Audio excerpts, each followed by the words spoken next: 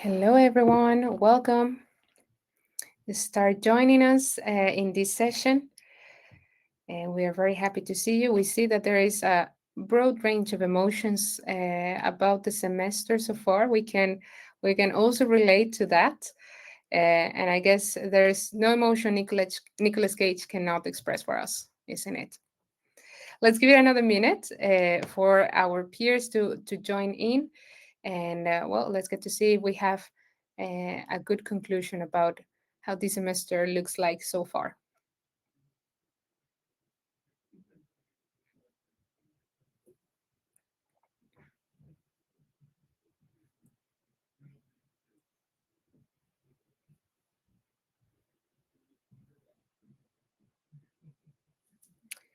Very good. Let's start hitting it. And those that are on the room with us, you can always join us this presentation by scanning the QR code that you get to see on the corner of the screen or going to menti.com and insert the numeric code that you get to see on top of the screen.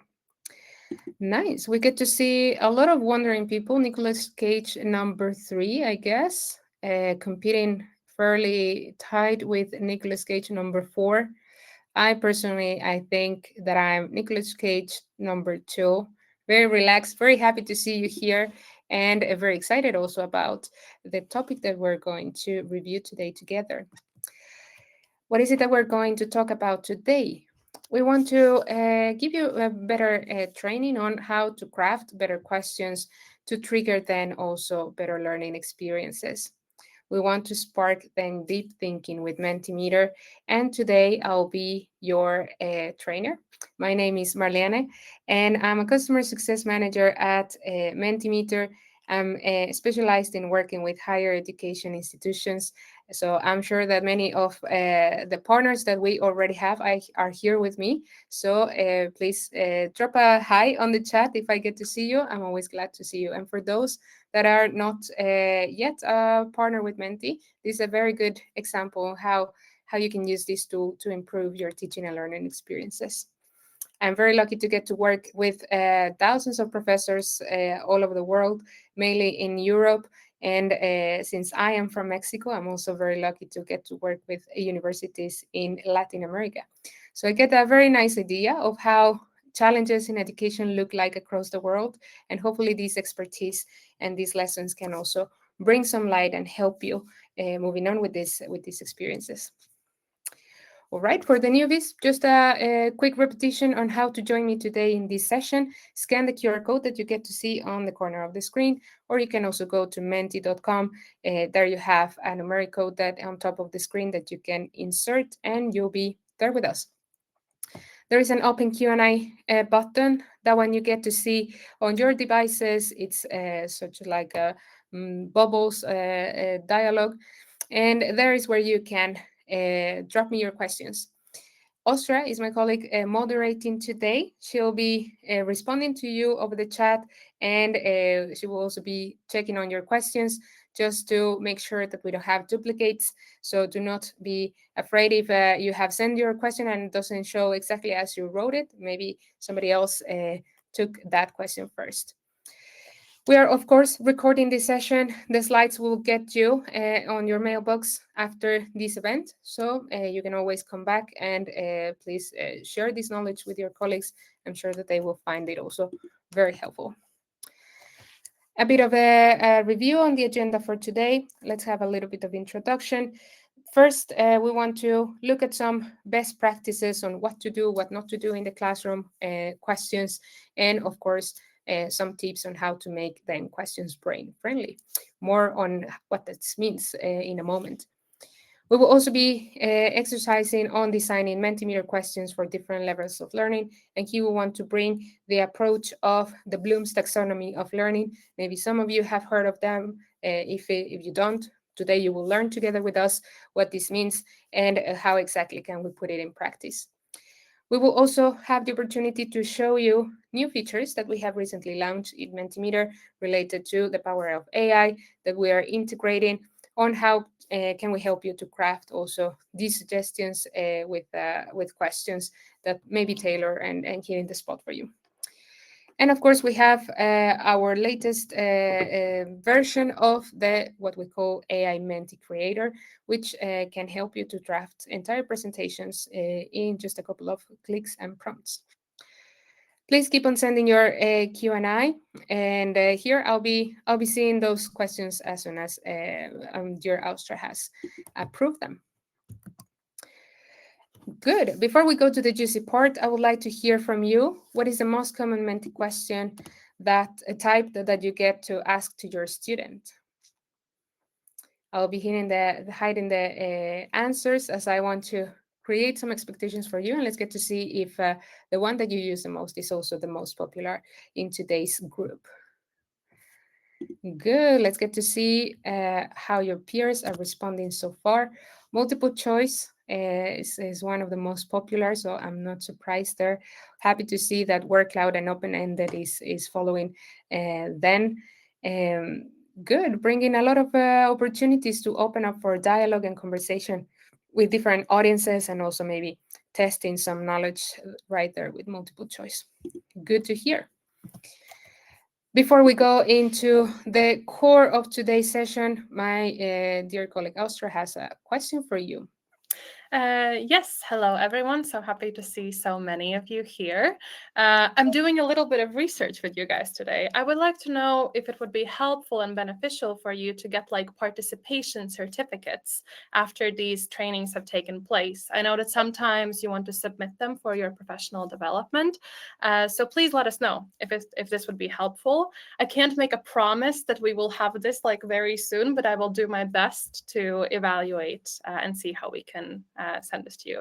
I'm getting a lot of yeses in the live stream chat as well, and in the Menti we see a 4.7.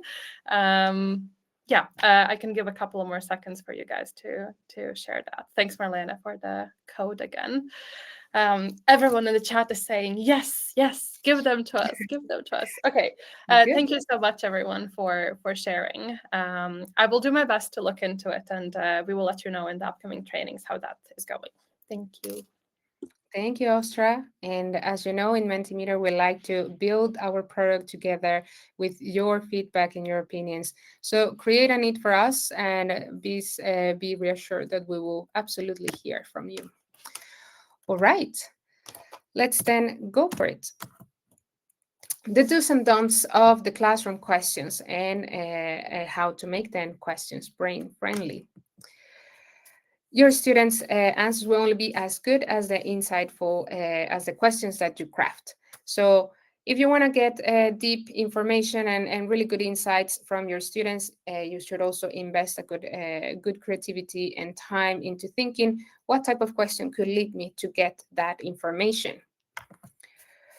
Many of the questions that we know best are actually the ones holding us back.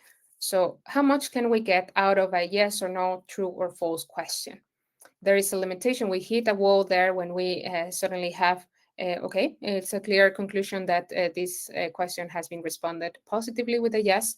But what about that? How can we move to the next step or continue diving into the insights and actually having more information about what to do? So getting really actionable points out of these conversations could be in danger if we have these type of questions all the time. Also relying on remembering or recalling only question, for example, what X means, or what color was that, or how do you remember this shape, for example. So these type of questions are also just relying on creating memory, but not really integrating or embracing the knowledge as something that is relatable, that can make some connections into how relevant this information is. Using the same format or style of questions can also be exhausting for the mind and for the eyes. When we get to see the same format all the time, we are less engaged or less interested, as the information seems to be something that I have already seen. So many of you, for example, responded that multiple choice questions is one of the type of slides that you use the most, which is great. But maybe today you will get some inspiration to also use other type of slides, just to give it a little bit of variation into your content, and also helping your students to get used to different formats and create that sense of uncertainty and that expectation of what's coming next, right? And of course, the course of knowledge, we tend to forget how does it feel or how our learning curve looks like when we already know the material. So this is something that as educators or trainers, we sometimes get forget, and then we assume that this is something very simple because we have repeated this information many, many times to different audiences, and then we may be forgetting ourselves what will be the basics or how you yourself learn about this information for the first time. So some reflection that we can do also when we're presenting a complex information to a new group that maybe has never interacted with this knowledge before. Therefore, we should always aim to have brain-friendly learning. This would involve then having strategies that align with the memory on how the memory and cognition actually work, because this is how we work. And this is also beyond the educational settings, meaning this is not only for getting a bachelor degree or a master degree. This is how we work and operate in real life in all settings. And today we will have some exercise that it will not be something that probably you will learn in the classroom, but it's yet learning. So you will get to also see in a very practical way how having these connections with your memory and exercising certain cognitive paths will help you to learn better. And part of that or the trigger of that is crafting really good questions. So how these brain-friendly questions look like? They should be clear and simple. That's the most important part, right? We want to make ourselves understandable and convey this message in an easy way for the audience. We don't want to overload their heads thinking that this is a very complex information or that simply by looking at the question, I'm already thinking that the answer it's also very difficult to get or I wouldn't be able to recall such a complex answer. So decoding that wording that could also be approachable and relatable to the students could be the very first step that we should take. The question should also be relevant, as this should connect to prior knowledge or real life applications to trigger those neural pathways. Many times when I get to talk with the educators in different universities, I always recommend that they try to craft questions that where the answer will be better or will bring more insights if adds the participation or the background, the individuality of your students. Because then we are not looking for right or wrong answers, but really how you experience this knowledge, how can you relate it to real life applications, and why this would matter for you. We should vary it also in format. As I said before, having this diversity, visual diversity on how we present information can help us also sending the message to the brain that, oh, this is something different. We should pay attention and looks like something we haven't seen before. So maybe we can retain better that information in our head as it looks different from everything else we have seen. And yeah, linked to what I mentioned before, connecting it with emotion and trigger curiosity can also open the door for the brain to start having this deep thinking exercise and retaining better the information and knowledge. We can exercise the retrieval practice, which is a learning strategy where you actively recall information from memory instead of passively reviewing it. So more than just going through lessons or big chunks of paragraphs where the information is stored, we're trying to create some memory around it so we can recall that information in the future. This would strengthen then our neural pathways and make it easier for our brain to retrieve that information if we have linked it to something that is relevant or something that we have already stored in our brain. Some examples of how these questions could look like. For example, we have the first one. What was your main takeaway from last class? Here we're trying to invite the students to reflect on the knowledge that they have retained, and it could also be a good signal for you to understand what parts were better retained or were clearer, and which ones, if you consider that those are key concepts or theories that they should know and they haven't been able to recall them to a great extent, maybe this is also a good signal for you to stop and dedicate a little bit more time on such questions. Another example, listing 3 to 5 things of what you learned last class could also be a way for the student to reflect and understand better if something is missing. This could also give you a good signal for how good of the tempo of the class looks like today. If maybe we're going too fast, or if maybe we're going too slow. 2 more examples on this type of questions. What connections can you make between last week's material and today's topic? And what's a real world example of the topic we discussed last time? And here we get to see how we're trying to link knowledge, theoretical knowledge from the classroom, into something that is more tangible to the experience of the students. This could also help us to land those theories better and help them be retained in their brains. And now I have a question for you. Can you think about your own teaching and craft a question that will be brain friendly? How would that look like for you in the subject that you teach?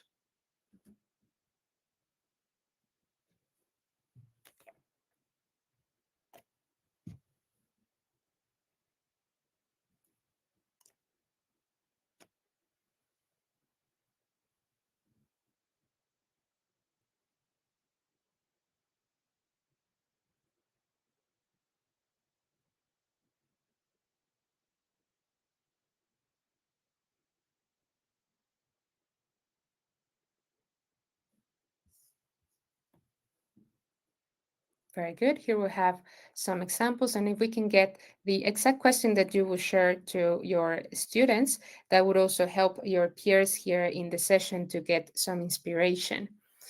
Nice. Let's get to see. Have you used the skills discussed today in your work practice in the past week? Really nice. We are having here a good understanding that the knowledge was conveyed in the past, right? A couple of days ago, and there is also some intention to find some reflection on how this can actually be practiced in real cases. Can you give an example of when you use critical thinking skills this week? Oh, really nice. This would also definitely trigger their thinking and self-reflection, and also some sort of self-awareness and self-evaluation of what a critical thinking skill look like, and in what cases am I using it. Maybe thinking also a little bit beyond into why am I using it, or why it's important to exercise critical thinking in X, Y, or Z the scenario. Really good examples. Nice. I like this one about teaching literature. Search skills. We give students a sample topic and ask them something like, which target words would you include in the search for this topic? Really good. This will trigger definitely the curiosity and their creativity into thinking how would they conclude that this word would lead them to the results they want to see, isn't it? Really nice examples. You will get these slides also after the event, so you can also get some inspiration from your peers. All right, now how do we use Mentimeter to design better questions, and how can we put in practice the Bloom's taxonomy of learning? First of all, if you haven't heard about Bloom's taxonomy of learning, this is a framework that categorizes educational goals, and it's incremental from bottom down in complexity. It is designed to promote critical thinking at a higher level of thinking skills, and definitely you can use Mentimeter in each one of these levels. I will go through these levels now, and we will see some examples in a moment. Remember is let's say the easiest level in the Bloom's taxonomy of learning, and here next to it you will get to see some action verbs that can help you into crafting these questions if your goal is that your students could remember certain information. The next level is on understanding. Next one is apply, analyze, evaluate, and create. And as you can see, the level of complexity, as I mentioned, it's a incremental bottom down, as it might be easier to remember pieces of information compared to being able to create something new, as it says here, design, assemble, or construct something out of the information that we have gotten. So how can we build upon knowledge we have already gotten to create something new? Very nice. Let us know in the chat if you have heard about Bloom's taxonomy, if you use it for your teaching experiences, if you are particularly focused or like to apply this type of framework in a very specific level. I would love to hear that. Now, I would like to have you with your full attention because we are going to become now students and we're going to exercise the Bloom's taxonomy and Mentimeter, how that works. Very good. So please put the hat of being a student, actually a gastronomy student, because today we're going to learn how to make pan de muerto. This is a pastry or a sweet treat that comes from Mexico. It's in English, we could translate it to bread of the dead, which is quite dramatic, but it isn't. It's very sweet, and you'll get to learn today how to bake your own. This is a treat that we usually bring on the Day of the Dead, Dia de Muertos, if you have heard of it. It's in the first days of November. And as you can see, it's shaped like a roll and it's topped with sugar. So I can absolutely recommend it. And I hope that today you get out of here with a new project for the weekend. I would love to see. You can contact us on LinkedIn and send me the pictures of your home baked pan de muerto. I would love to see that. Good. Now your full attention because we will go and review what ingredients we need for baking this pastry. We will need flour, yeast, sugar, salt, butter, eggs, orange zest, orange blossom water, and water. I'll put a timer for 30 seconds so you can look at this, try to put it in your heads, reflect a little bit on it. Maybe you have baked other breads that have similar ingredients.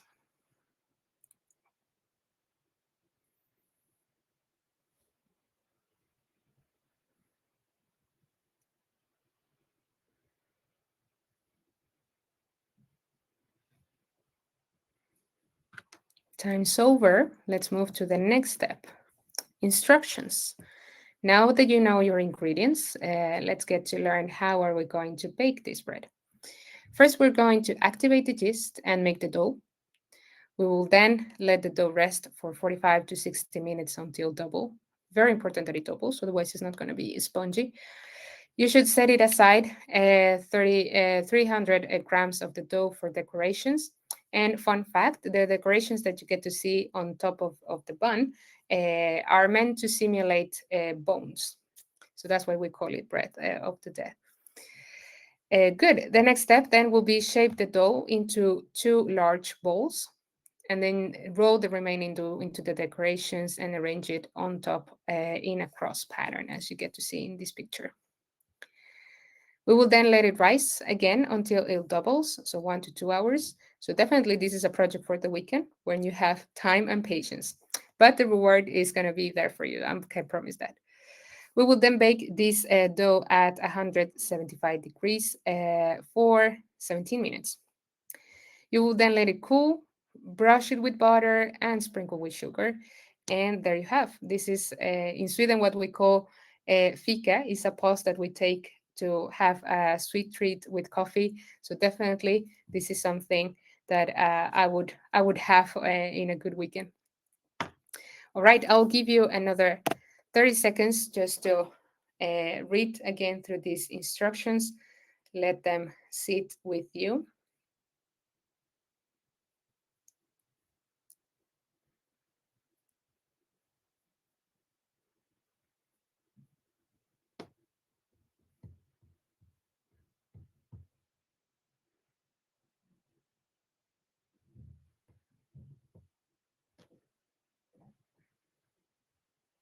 Very good. Time's over. So let's move on to the next step. And since we are still in October, I think that you will have several opportunities in the month before you have to have the original Bread of the Dead on November the 1st and 2nd, which is when we usually have it. Good. Ready or not, we are now going to assess your understanding of how to make this pan de muerto using Bloom's taxonomy. So we will have a few questions for you. Let's see how much can you remember, understand, apply, analyze, evaluate, and create out of the instructions and ingredients that we just shared with you. Exciting. Let's get to see this. First level of the Bloom's taxonomy of learning, remember, our objective is to recall facts and basic concepts. When you get to have these slides with you, we are listing a few active verbs that can help you already crafting your question. So using them will definitely help you to find this type of outcome from your student. Let's go then. Identify which of these ingredients is not part of the recipe.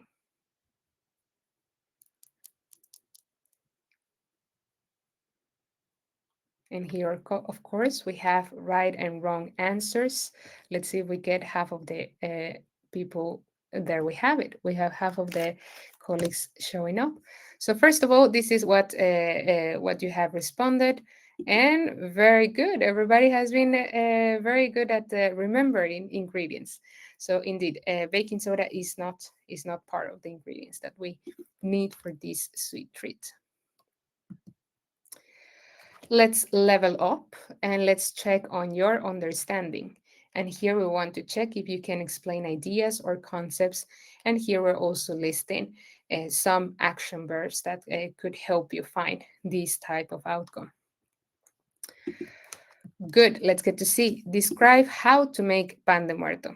You don't need to show us the details. I will hide the responses because otherwise you will be copying from each other's.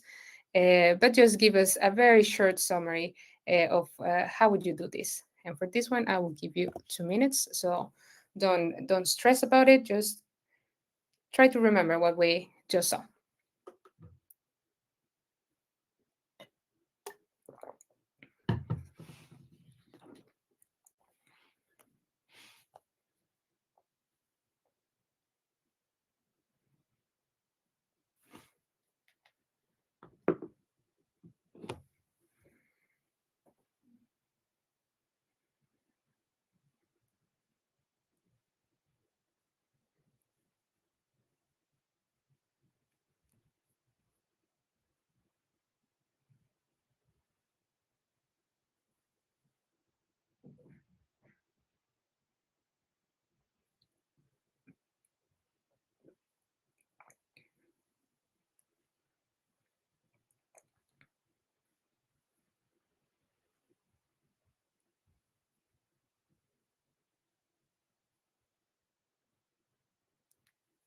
A good tip that I can give you that many times I have troubles myself following, but in open-ended questions, it is important to sit a moment with the question and having that space of silence to just draft your answer. So don't be afraid of giving that space to your students, even if you feel that it might be too awkward to sit in silence.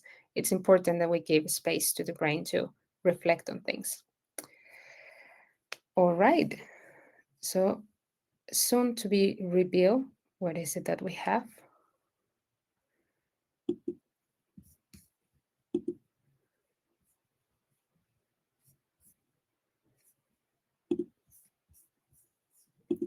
And there we go. Let's start seeing how we got it.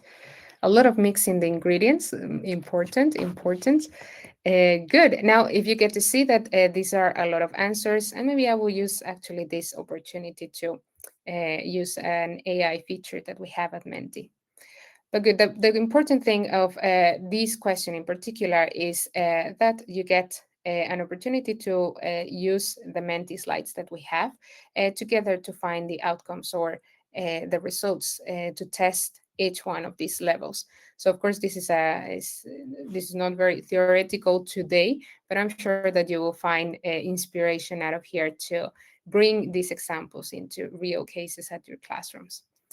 So I will show you how can we get a better overview of these many answers that we have gotten. If this was your class, I'm sure that you will have to extend the time of your lesson just to read one by one.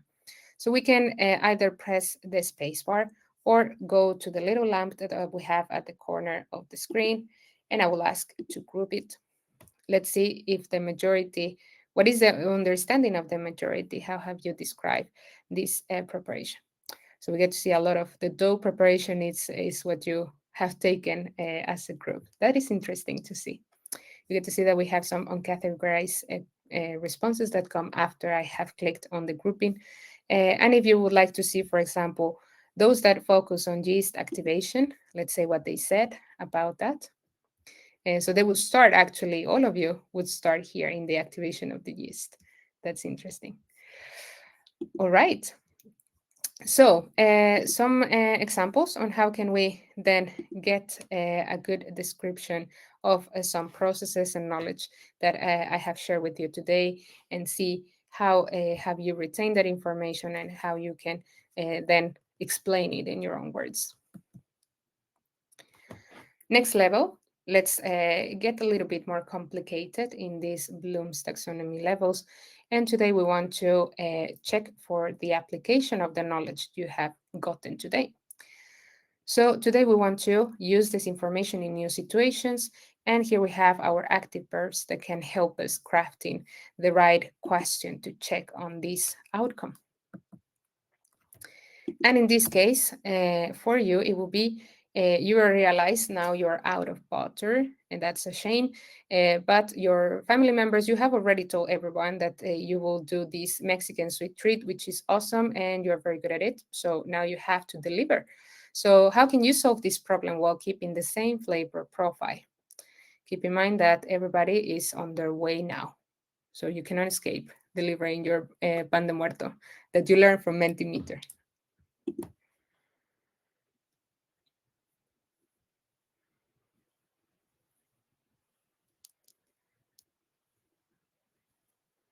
Very good. Let's start seeing how your peers would solve this big problem. Margarine, oil, use oil. Good vegetable oil. Nice. And a tip that I will give you if you run out of butter, using exactly as you say, vegetable oil would do just well. And since this is a bread that also has some citric flavor to it, using coconut butter or coconut oil will also help you if you run out of the regular butter.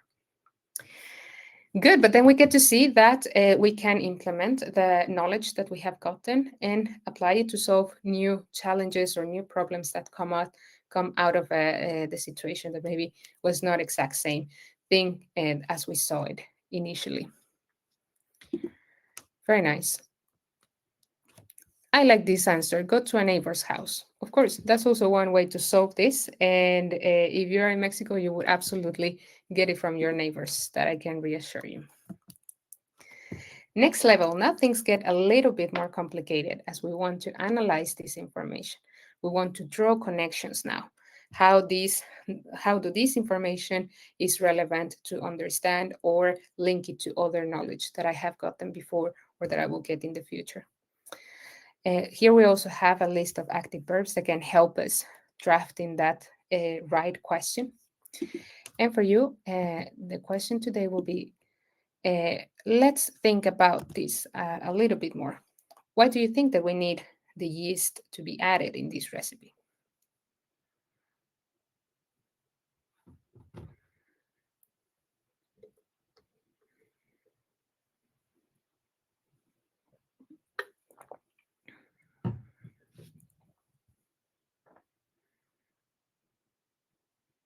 All right, let's get to see how your peers are responding. To make the dough rise, raising agent, love that. Raising agent, spongy bread. All good. All right. Nice. This means that you actually listen and that you paid good attention and that you have also previous experiences in learning that yeast is a good agent to have in order to get that fluffiness in the bread. So absolutely, as we get to do, or as you probably have experienced before, making other breads, yeast is the one that will help us to get that dough rise. Good question. All right, let's get now to the next stage of our Bloom's taxonomy of learning. We want now to evaluate. We want to justify a stand or a decision. Can we make a good motivation? Can we draw a good case for our conclusions? And how can we come up to those explanations? Here we also have a long list of active verbs that can help you drafting this question to achieve this outcome. And for you today, that looks like a multiple choice question where we want to determine, do you believe that it's more important for a traditional dish like pan de muerto to stay authentic or to evolve with new generations? Controversial question. And I will have to face myself with my own bias. Oh, I'm even a little nervous to reveal the answers. I don't know what to expect here. Good, but we say stay authentic, and the majority, it depends maybe. We can evolve it. And if we want to take it even a little further, in order to bring this evaluation with a little bit more content or justification, we can create a follow-up question actually, and I will do that. I will go to this little lamp that is on the corner of the screen, and I will ask to do a follow-up question, which will be an open-ended. And for you, I would like to give me uh, just in a couple of words for those that respond evolve and those that didn't respond evolve, try to be devil's advocate and try to argue against your own opinion. And let me know, why should it evolve? Why do you think that it's important that traditional dishes like this one should evolve and match new generation customs, let's say? So now we're crafting that question, and now you're also able to give me your justification. Why do you think that the traditional bread should? That's a great, actually good point. Fair enough. You killed it. Actually, that's where I would end my my negotiation. That makes a lot of sense. Good, but I get to see, yeah. The majority of you are leaning into having this adaptation for dietary restrictions and so. Time changes. That's fair. All right, you convince me. I must admit that my own question, my own answer will be keep it traditional, keep it OG, but that's also because I live out of Mexico now and it's an element of nostalgia. But you convince me. Those that said that we should evolve, okay, you have a fair point. I'll consider it. Calorie counting. Okay, we will skip that one because that's darker than just keeping it relevant for new diet restrictions. Good, thanks for that. Now we have evaluated the situation, and you had also the opportunity to justify answers, having a little bit more of elevated thinking into just finding right or wrong answers, isn't it? And we reach now the last level in the Bloom's taxonomy of learning, and this is where we want to create. So we want to take the knowledge we have crafted and now bring something new out of it. As we have done before, we have our active verbs here to give you some inspiration and help you crafting these questions. And for you, the question today would be, imagine you're creating a modern version of pan de muerto, all of those that said that should evolve, and me also that I have been convinced to do so too. What new ingredient or twist would you add? Interesting. I love these choices. Okay, okay. You are more and more convincing me. I think that I'm crossing that line. Good. Maybe this is gonna be an interesting Dia de Muertos then, trying so many different versions with all of these ingredients. Good. All right, so now you can think about, and actually I will ask you to do something else with me. So now that we have new ideas on how to take the pan de muerto to the next level, I will ask you to vote. So very quickly, just in 30 seconds, you can vote into those ingredients, pick the one that you like the most, and we will leave out of this session knowing our new version of pan de muerto for this year. Be quick, otherwise it will not be that democratic, and we will take only the votes that we got in this time.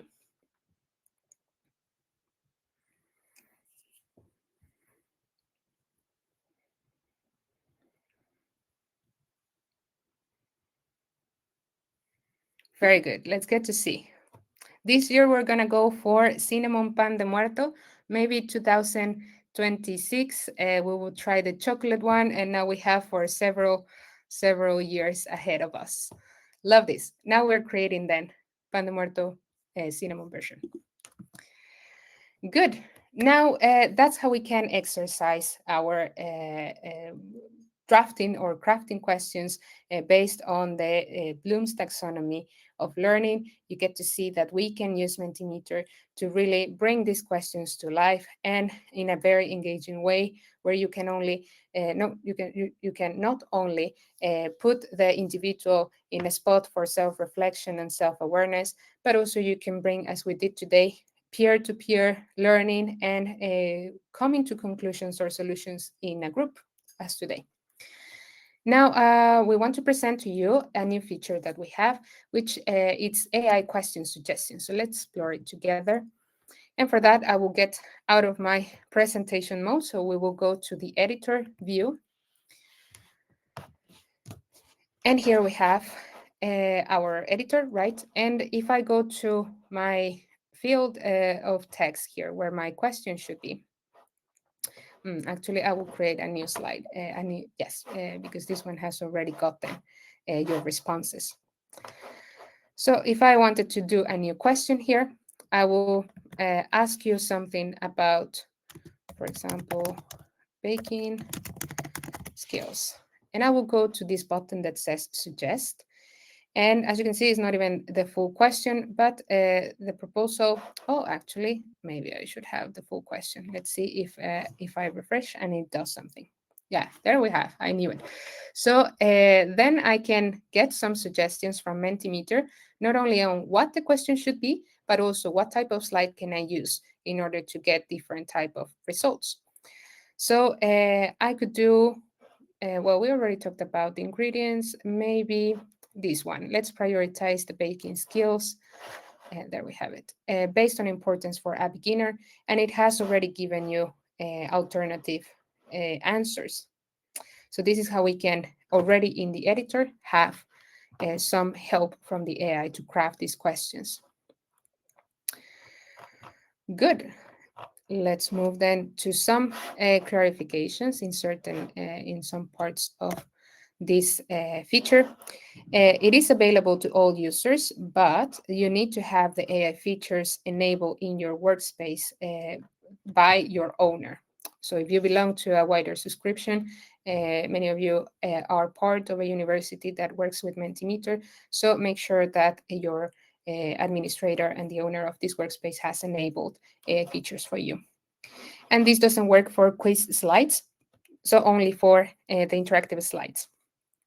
And when you get these slides, you will also be able to consult this help article to find out more.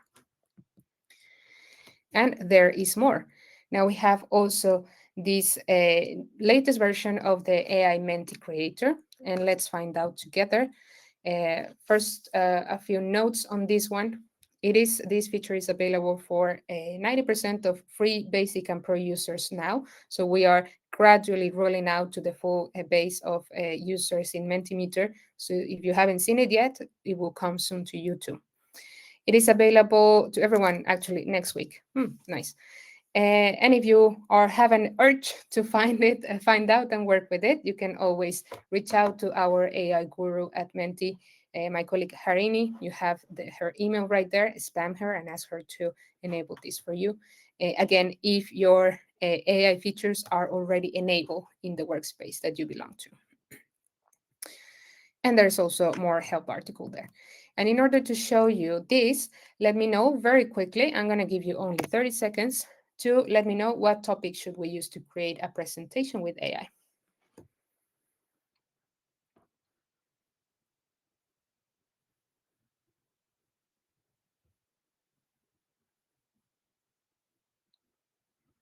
I think that we have a clear winner, 10 seconds away from closing. So let's go already for strategies to learn a new language. And for that, I will get out of my presentation mode again. And then I will go to a new presentation. This is my dashboard. And I will go for starting with AI. You will get, it's a view of a chat, if we can call it like that.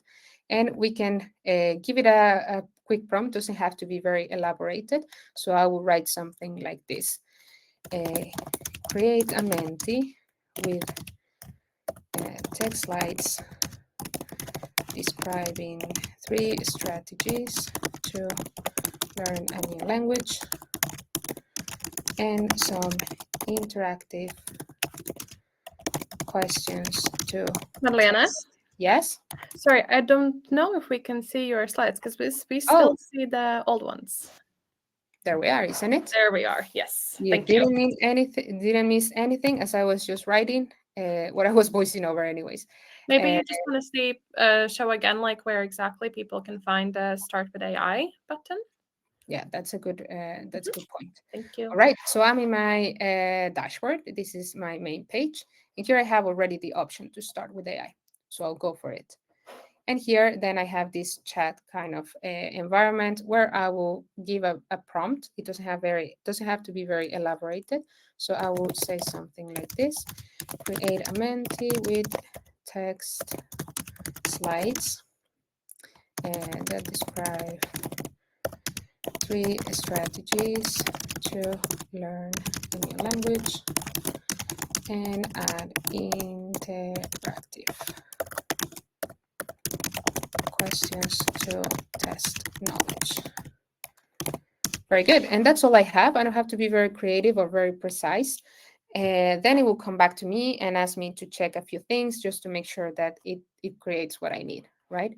So I would say that this is for a training session. And then if it has enough information, it will craft it. There it is. Now it's generating some slides for me.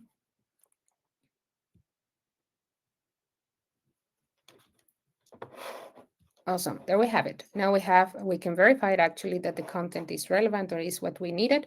So we have 3 strategies to learn a new language. We have our text or the description of these strategies. And later we have our interactive questions to test knowledge. If you want more, you can continue adding information into the chat and it will reiterate and bring you more or a new version of it. But for today, I'm happy with this. So I will simply let it go. And now we can continue editing. Let's say, for example, I see that the text slides are in a block at the beginning. Maybe I want to move my interactions in the middle to make it a little bit lighter for the presenter. Good, and just like that, I can go for presentation mode. If you want to continue editing, adding images or other visuals, you are welcome to do so. All right, let's go back to our presentation here. Oh, we are not seeing this. There we go. Time for questions. So let's get to see your thoughts today. Do you have any templates specifically for Bloom's taxonomy? We don't have any yet, but this is a good feedback and we're happy to craft something for you and add it to our templates catalog. I think that this will be a really good idea. Thanks for sharing. Thank you both of you. Both look fun. Thank you. What is the silver cylinder behind you? Oh, this is a pipe. It's a regular, a standard pipe. So yeah, but you get to see that we are in a nice office behind me. So there is light and life out of this. We're not in a very industrial office here. It's just what it is today. Can we add images to the AI generated slides? So yes, we can continue editing and bring then those images from what you have seen before, right? We have the library of images. We have GIFs also, so that is all possible once you come into the editor. Or you can also prompt it in the chat to the AI. Make sure that you add relevant images, for example. And my assistant to help me with creating Mentis, how can they have access to my Mentimeter presentations? Well, really good question. You can share your content, and I will get out of this presentation just to show you where that is. We have this button called share right next to the presenter button. And there you go to the collaborators tab, and you can add it to different people. You get to see that in this presentation, we are 3 collaborating. We can have different rights for everybody, or we can even remove them. And that's how you do it.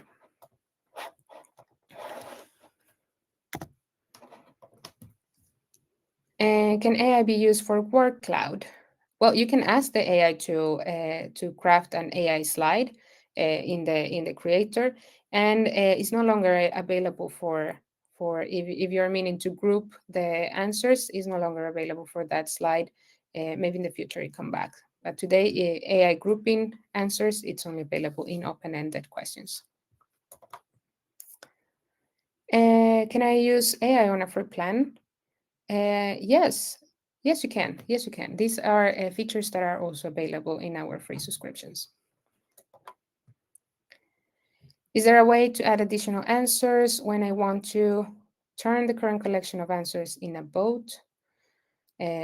Just now I see duplication of chocolate. Is that possible to consolidate them? Oh, okay, okay. I see what you mean. In the grouping, I believe, of the answers. So we can do that. We can actually showcase that in an open-ended question. One of the latest where you decided that we will have a chocolate version of the bread. Good.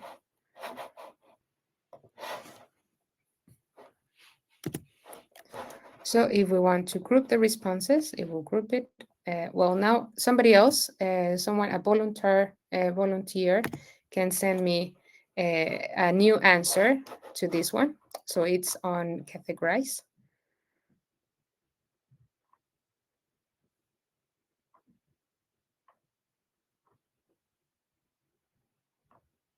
Anyone?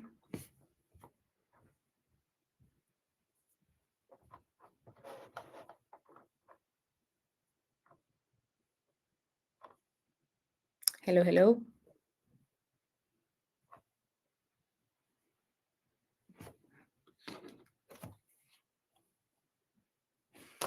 Oh, there we have it. Now we have new responses. Oh, 2 of them. Thank you. All right, let's say that we have now chocolate. It hasn't been categorized, but I can click on these 3 dots and I can put it on the right category. Then it's going to show over there.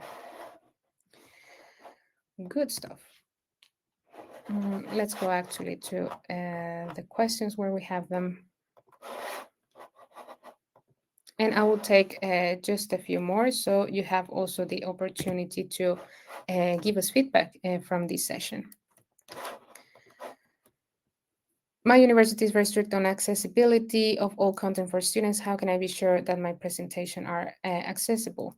Do you mean for your collaborators? We have showcased how we can bring colleagues into the presentation. And if you want to share a whole deck to your students, you can also give them a link to show this or to see this presentation in another moment in an asynchronous way. Marlene? Mm-hmm. Maybe here it's about the accessibility checker that we can mention as well from Oh, like accessibility perspective like that. oh, okay. Get you. Okay, that makes more sense. Let's mark that answer, and I will show you where we can find that. Actually, we will assess our own work, Austria, to see how accessible our presentation was today. So right next to our title of the presentation, we have a little bold, right? And there we have the option for accessibility. Oh man, we have not a perfect score, Austria. You and I, we need Oh to work. no. Embarrassing, I but need to do better. yeah, you and I. But we get to see that we have some issues with text contrast, and we get to see where many places. We have also the alt text for images. There is also some places we should check that, and other accessibility concerns. So you get this sort of like quick evaluation of where can we do better, and also, for example, when you are editing, my background in this slide is white. If I attempt to have also a very light uh, font for this text, then I will have this alert from my accessibility checker that is telling me that this color is hard to see in the current background. So then whenever I choose something that is more contrasting, it will go away. So those are two ways on how you can use the features there on accessibility to make sure that it's on a good track. All right. We'll make sure to read all of your questions. Thank you for sending them over. And here you have on the screen some resources that can help you. We have a very vast catalog of articles in the Help Center that describe every single feature that we have in Mentimeter. So this might be the quickest way to get your answers. But you can also reach out to us in the support team. They are the fastest in the business, so you will get attention in no time. We get also our blog where you will get some inspiration and see how other universities and other companies in other industries get to work with Mentimeter and see success stories. Maybe your university is already there or will be there. Let's talk about that. We love to bring more attention to the higher education segment. So just give us a call if you want to share something with us. And we have also the catalog of templates. Some comments that I get to hear, especially from new users of Mentimeter, is that they feel that they are not very creative to craft their own presentations. But give it a look, find out what's available in templates catalog, and there you'll find maybe something that is exactly what you needed and it's just ready to present. So give it a chance. And I'll leave this question for you on the screen. What did you learn? Or perhaps will you do differently after today's training? We always appreciate feedback, and we like that you try to give us that in an honest way, because that's the way we can improve, isn't it? So we will leave this question on the screen for you. And thank you so much for attending today's training. If you find it helpful, this will be available and you'll get the recording so you can also share it with your peers. Thank you so Thank you, much. everyone. Bye bye.